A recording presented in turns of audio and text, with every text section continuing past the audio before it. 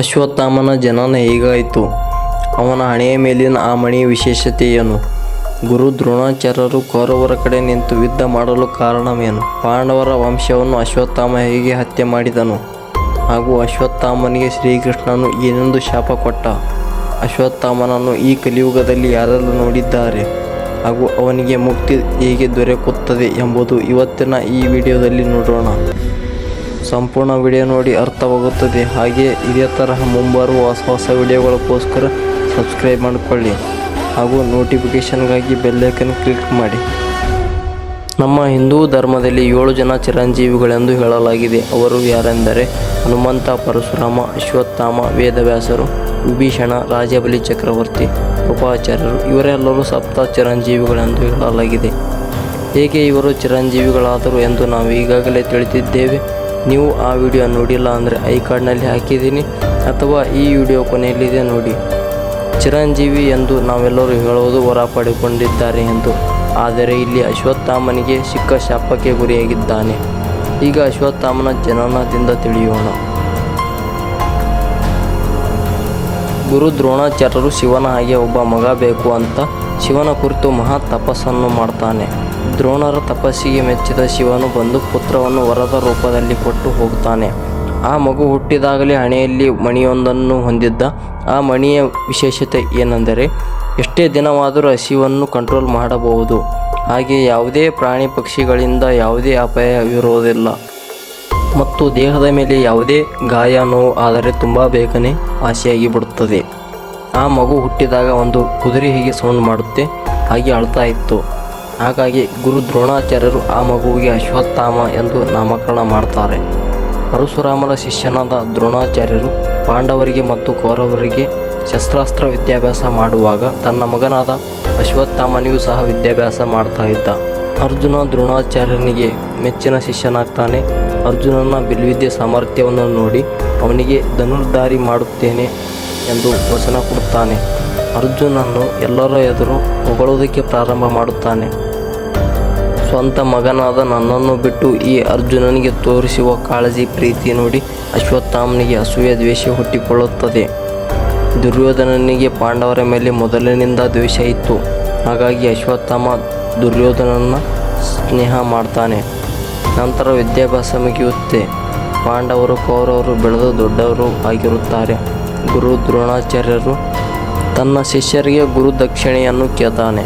ಏನೆಂದರೆ ಪಾಂಚಾಲ ರಾಜ್ಯದ ರಾಜ್ಯನಾದ ದ್ರುಪದನನ್ನು ಸೋಲಿಸಿ ಆ ರಾಜ್ಯ ನನಗೆ ಗುರು ದಕ್ಷಿಣೆಯಾಗಿ ಕೊಡಿ ಎಂದರು. ಮೊದಲು ಪಾಂಡವರು ಹೋಗಿ ಯುದ್ಧ ಮಾಡ್ತಾರೆ. ಪಾಂಡವರು ಆಗ ಸೋತು ಹೋಗ್ತಾರೆ. ನಂತರ ಕೌರವರು ಪಾಂಚಾಲ ರಾಜ್ಯವನ್ನು ಸೋಲಿಸಿ ರಾಜ್ಯವನ್ನು ಗುರು ದ್ರೋಣಾಚಾರ್ಯನಿಗೆ ಗುರು ದಕ್ಷಿಣೆಯಾಗಿ ಕೊಡ್ತಾರೆ. ದ್ರೋಣಾಚಾರ್ಯ ತನ್ನ ಮಗನಾದ ಅಶ್ವತ್ಥಾಮನಿಗೆ ಪಟ್ಟಾಭಿಷೇಕ ಮಾಡ್ತಾನೆ. ಪಾಂಡವರು ನನಗೆ ಗುರುದಕ್ಷಿಣೆ ಕೊಟ್ಟಿಲ್ಲ, ಆದರೆ ಕೌರವರು ಕೊಟ್ಟಿದ್ದಾರೆ ಎಂದು. ಅದಕ್ಕಾಗಿ ಕುರುಕ್ಷೇತ್ರ ಯುದ್ಧದಲ್ಲಿ ಗುರು ದ್ರೋಣಾಚಾರ್ಯರು ಕೌರವರ ಕಡೆ ನಿಂತು ಯುದ್ಧ ಮಾಡ್ತಾನೆ. ಇನ್ನು ಅಶ್ವತ್ಥಾಮ ದುರ್ಯೋಧನನ ಪರಮ ಮಿತ್ರ.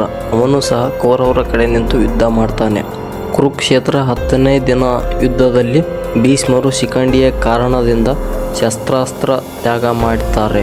ಅರ್ಜುನನ ಬಾಣಾಘಾತದಿಂದ ಘಾಸಿಗೊಂಡು ಬಾಣದ ಹಾಸಿಗೆಯ ಮೇಲೆ ಮಲಗಿಬಿಡುತ್ತಾರೆ.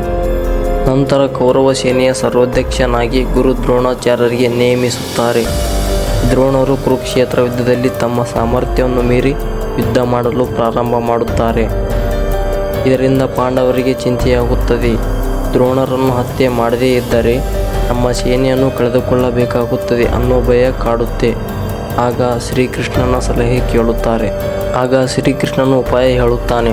ಭೀಮನಿಗೆ ಅಶ್ವತ್ಥಾಮ ಅನ್ನೋ ಆನೆಯನ್ನು ಕೊಲ್ಲುವಂತೆ ಮಾಡಿ ಧರ್ಮರಾಯನ ಬಾಯಲ್ಲಿ ಅಶ್ವತ್ಥಾಮನ ಹತ್ಯೆಯಾಗಿದೆ ಎಂದು ನುಡಿಸಿ ಎಂದನು. ಆಗ ಪಾಂಡವರು ಹಾಗೆ ಮಾಡ್ತಾರೆ. ಆಗ ದ್ರೋಣಾಚಾರ್ಯರು ಶಸ್ತ್ರತ್ಯಾಗ ಮಾಡಿ ಧ್ಯಾನ ಸ್ಥಿತಿಯಲ್ಲಿ ಕುಳಿತುಕೊಳ್ಳುತ್ತಾರೆ.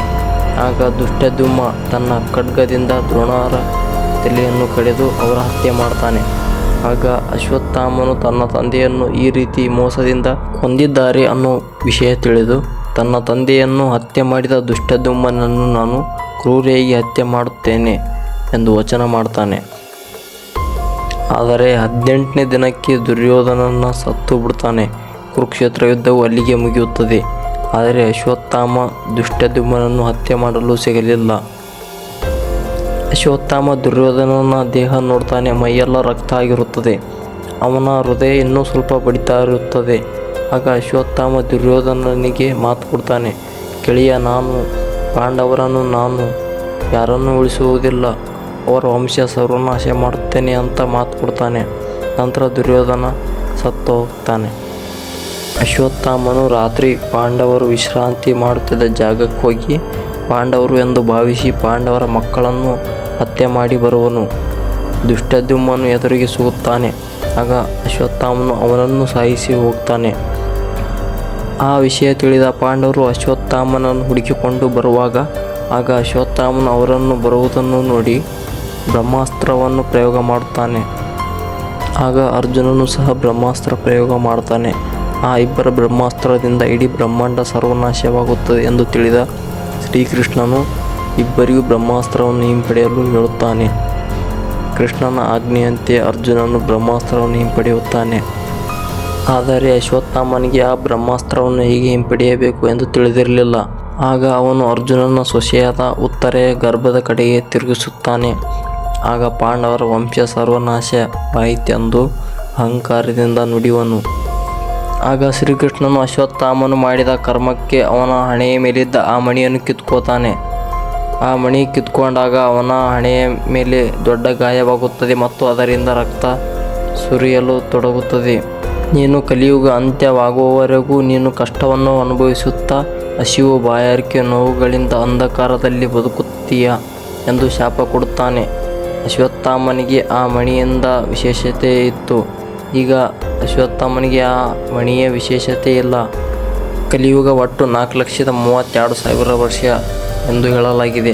ಅದರಲ್ಲಿ 500 ವರ್ಷ ಕಳೆದು ಹೋಗಿದೆ. ಇನ್ನು ಅಶ್ವತ್ಥಾಮ ಬದುಕಿದ್ದಾನೆ. ಕೆಲವು ಜನ ಅವನನ್ನು ನೋಡಿದ್ದಾರೆ ಎಂದು ಸಹ ಹೇಳಿದ್ದಾರೆ. 15ನೇ ಶತಮಾನದ ಕವಿ ಕುಮಾರವ್ಯಾಸರು ಮಹಾಭಾರತ ಕಥೆಯನ್ನು ಕನ್ನಡದಲ್ಲಿ ಬರೆಯುತ್ತಾರೆ. ಅದುವೇ ಕರ್ನಾಟಕ ಭಾರತ ಕಥಾಮಂಜರಿ. ಕುಮಾರವ್ಯಾಸರು ಮಹಾಭಾರತ ಕನ್ನಡದಲ್ಲಿ ಬರೆಯಬೇಕು ಎನ್ನುವ ಆಸೆ ಇತ್ತು. ಅದು ಹೇಗೆ ನಡೆಯುತ್ತದೆ ಹಾಗೆ ಬರೆಯಬೇಕು ಅಂತ ಅದಕ್ಕಾಗಿ ವೀರನಾರಾಯಣ ದೇವಸ್ಥಾನದಲ್ಲಿ ತಪಸ್ಸು ಮಾಡ್ತಾರೆ. ಒಂದು ದಿನ ಕುಮಾರವ್ಯಾಸರಿಗೆ ಅಶ್ವತ್ಥಾಮ ಬಂದು ಕಥೆ ಹೇಳುತ್ತಾನೆ ಎಂದು ಕನಸು ಬೀಳುತ್ತದೆ. ಒಂದು ದಿನ ಅಶ್ವತ್ಥಾಮನು ಆ ವೀರನಾರಾಯಣ ದೇವಸ್ಥಾನದ ಮುಂದೆ ನಡೆದುಕೊಂಡು ಹೋಗುವಾಗ ಆಗ ಕುಮಾರವ್ಯಾಸರು ಅವನ ದೇಹವನ್ನು ಗಮನಿಸಿ ಅವನ ಜೊತೆ ವಿಚಾರಿಸುತ್ತಾರೆ. ಆಗ ಕುಮಾರವ್ಯಾಸರು ಅವನ ಹತ್ರ ಹೋಗಿ, ನನಗೆ ಮಹಾಭಾರತ ಕನ್ನಡದಲ್ಲಿ ಬರೆಯಬೇಕು ಎನ್ನುವ ಆಸೆ ಇದೆ. ನೀವು ಕಣ್ಣಾರೆ ನೋಡಿದ್ದೀರಿ. ನೀವು ನನಗೆ ಹೇಳಿ ನಾನು ಬರೆಯುತ್ತೇನೆ ಎಂದನು. ಆಗ ಅಶ್ವತ್ಥಾಮ ನಡೆದಂತೆ ನುಡಿಯಲು ಪ್ರಾರಂಭ ಮಾಡುತ್ತಾನೆ. ಆದರೆ ಒಂದು ಷರತ್ತು, ಈ ಕಥೆ ಬರೆಯೋಕ್ಕೆ ನಾನು ಸಹಾಯ ಮಾಡುತ್ತೇನೆ ಎಂದು ಈ ಕಥೆ ಮುಗಿಯುವವರೆಗೂ ಯಾರಿಗೂ ಗೊತ್ತಾಗಬಾರದು. ಆ ಷರತ್ತಿಗೆ ಒಪ್ಪಿಕೊಂಡು ಕರ್ನಾಟಕ ಭಾರತ ಕಥಾಮಂಜರಿ ಬರೆಯೋಕ್ಕೆ ಪ್ರಾರಂಭ ಮಾಡ್ತಾನೆ. ಮುಂದೆ ಕಥೆ ಹೇಳುವಾಗ ದುರ್ಯೋಧನನ ಸಾಯುವ ಸಂದರ್ಭ ವಿವರಿಸುವಾಗ ಅಶ್ವತ್ಥಾಮ ತುಂಬ ದುಃಖಿತನಾಗುತ್ತಾನೆ. ಮುಂದೆ ಬರುವ ಕಥೆ ನಾಳೆ ಬರೆಯಬೇಕು ಅಂತ ಮನೆಗೆ ಬರುತ್ತಾನೆ ಕುಮಾರವ್ಯಾಸರು. ಇನ್ನೇನು ಕೆಲವೇ ದಿನದಲ್ಲಿ ಮುಗಿಯುತ್ತದೆ ಅನ್ನುವ ಸಂದರ್ಭದಲ್ಲಿ ನನ್ನ ಕನಸು ನನಸಾಯಿತು ಅಂತ ಖುಷಿಯಿಂದ ಕುಮಾರವ್ಯಾಸರು ತನ್ನ ಹೆಂಡತಿಗೆ ಹೇಳಿಬಿಡುತ್ತಾನೆ. ಮತ್ತೆ ಮರುದಿನ ಅಶ್ವತ್ಥಾಮ ಅವನಿಗೆ ಸಿಗುವುದಿಲ್ಲ. ಅದಕ್ಕೆ ಕುಮಾರವ್ಯಾಸರು ಕರ್ನಾಟಕ ಭಾರತ ಕಥಾಮಂಜರಿಯಲ್ಲಿ ದುರ್ಯೋಧನ ಸಾಯುವವರೆಗೂ ಅಷ್ಟೇ ಇದೆ. ಪೃಥ್ವಿರಾಜ್ ಚವಾನ್ ಅವರು ತಮ್ಮ ಆಟೋಬಯೋಗ್ರಫಿನಲ್ಲಿ ಬರೆದಿದ್ದಾರೆ. ಇವನು ಒಂದು ದಿನ ಕಾಡಿನಲ್ಲಿ ಹೋಗಬೇಕಾದ್ರೆ ಅವನಿಗೆ ಒಬ್ಬ ವ್ಯಕ್ತಿ ಸಿಗ್ತಾನೆ. ಅವನ ಹಣೆಯ ಮೇಲೆ ಒಂದು ದೊಡ್ಡ ಗಾಯವಾಗಿತ್ತು. ಅದರಿಂದ ರಕ್ತ ಸುರಿಯಲು ಪ್ರಾರಂಭವಾಗುತ್ತದೆ. ಪೃಥ್ವಿರಾಜ್ ಚವಾನ್ ಅವನ ಹಣೆಯ ಮೇಲಿದ್ದ ಆ ಗಾಯವನ್ನು ವಾಸಿ ಮಾಡಲು ಮುಂದಾಗುವರು. ಪೃಥ್ವಿರಾಜ್ ಚವಾನ್ ಅವರು ಏನೆಲ್ಲ ಔಷಧಿ ಹಚ್ಚಿದರೂ ಗಾಯ ವಾಸಿಯಾಗುವುದಿಲ್ಲ. ಅವರು ಸುಮ್ಮನೆ ನೀನು ಅಶ್ವತ್ಥಾಮ ಇದ್ದಿರಬಹುದು ಎಂದರು. ಆಗ ಅಶ್ವತ್ಥಾಮನು, ಹೌದು, ನಾನು ದ್ವಾಪರಯುಗದ ಅಶ್ವತ್ಥಾಮನೇ ಎಂದನು. ಇದು ನಿಜ ಎಂದು ಎಲ್ಲರೂ ಹೇಳ್ತಾರೆ. ಉತ್ತರ ಪ್ರದೇಶದಲ್ಲಿ ಬರುವ ಶಿವನ ಮಂದಿರಕ್ಕೆ ಬಂದು ಪೂಜೆ ಮಾಡ್ತಾನೆ ಎಂದು ಸಹ ಹೇಳಲಾಗಿದೆ. ವಾಸುದೇವಾನಂದ ಸರಸ್ವತಿ ಇವರು ಸಹ ಅಶ್ವತ್ಥಾಮನನ್ನು ನೋಡಿದ್ದಾನೆ ಎಂದು ಹೇಳಲಾಗಿದೆ. ಅಶ್ವತ್ಥಾಮನು ಕಲಿಯುಗದ ಕಲ್ಕಿ ಬರುವವರೆಗೂ ಇದ್ದು ಕಲಿ ಮತ್ತು ಕಲ್ಕಿ ಯುದ್ಧ ಮಾಡುವಾಗ ಕಲ್ಕಿಗೆ ಸಹಾಯ ಮಾಡುತ್ತಾನೆ ಎಂದು ಹೇಳಲಾಗುತ್ತದೆ. ಆವಾಗ ಅವನಿಗೆ ಮುಕ್ತಿ ದೊರಕುತ್ತದೆ ಎಂದು ಹೇಳುತ್ತಾರೆ.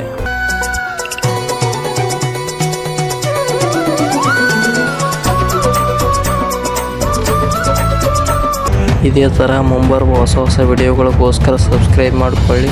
ಹಾಗೆ ನೋಟಿಫಿಕೇಷನ್ಗಾಗಿ ಬೆಲ್ ಐಕನ್ ಕ್ಲಿಕ್ ಮಾಡಿ.